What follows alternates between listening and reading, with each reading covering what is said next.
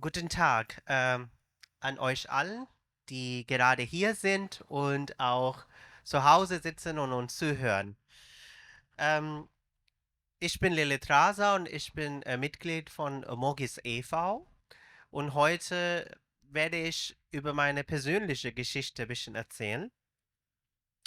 Ich stehe heute hier als eine Transfrau, als jemand, der lange gebraucht hat, um den eigenen Körper zu verstehen und zu akzeptieren, aber auch als jemand, dem schon als Kind etwas genommen wurde, das niemals hätte genommen werden dürfen.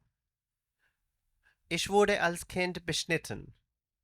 Nicht, weil ich krank war, weil es medizinisch notwendig gewesen wäre, auch nicht dafür, sondern weil es normal war, in Einführungszeichen.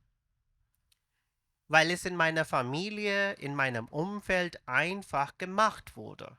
Ich bin in einer muslimischen Familie geboren und aufgewachsen und es ist normal bei in vielen muslimischen Familien, dass die Kinder nach der Geburt entweder am 7. Tag oder im 7. Lebensjahr beschnitten werden, vor allem Jungen. Es gibt auch welche muslimischen Familien, bei denen auch die Mädchen beschnitten werden.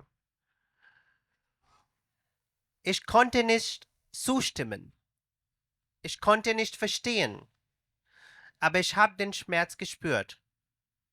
Und noch viel schlimmer, ich spüre ihn bis heute. Denn was bei meiner sogenannten Beschneidung passiert, ist mehr als ein kleiner Schnitt. Menschen würden immer ausgelacht, ja, du redest darüber, als wäre dein Finger abgeschnitten oder dein anderen Glieder von Körper abgeschnitten. Nein, es ist kein kleiner Schnitt. Es ist meine Vorhaut und es gehört zu mir. Es ist ein Eingriff in die körperliche Unversehrtheit, in die Intimsphäre, in das Selbstbestimmungsrecht eines Kindes, eines Menschen.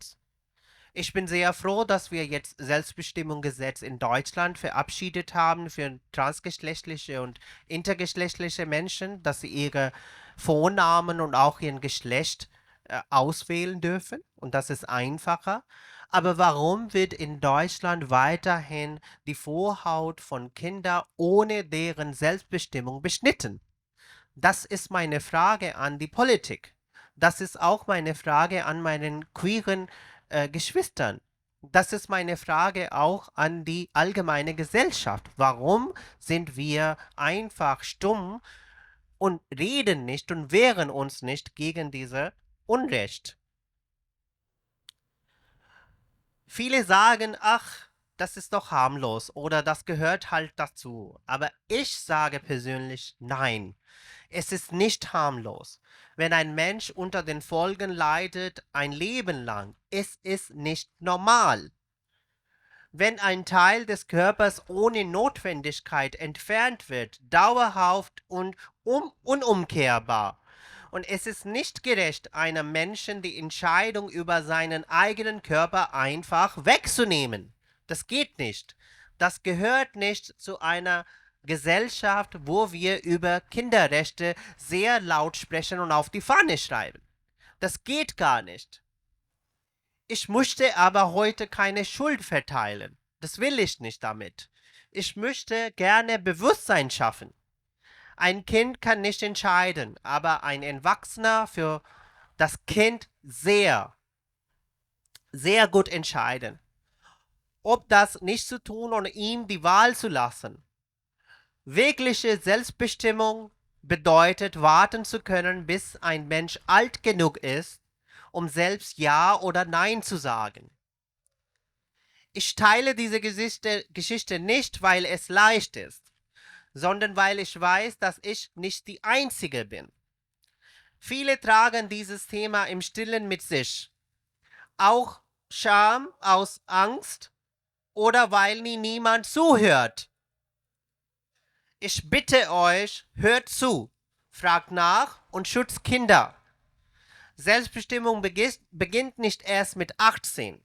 Sie beginnt da, wo wir aufhören, über die Körper anderen zu entscheiden. Vielen lieben Dank.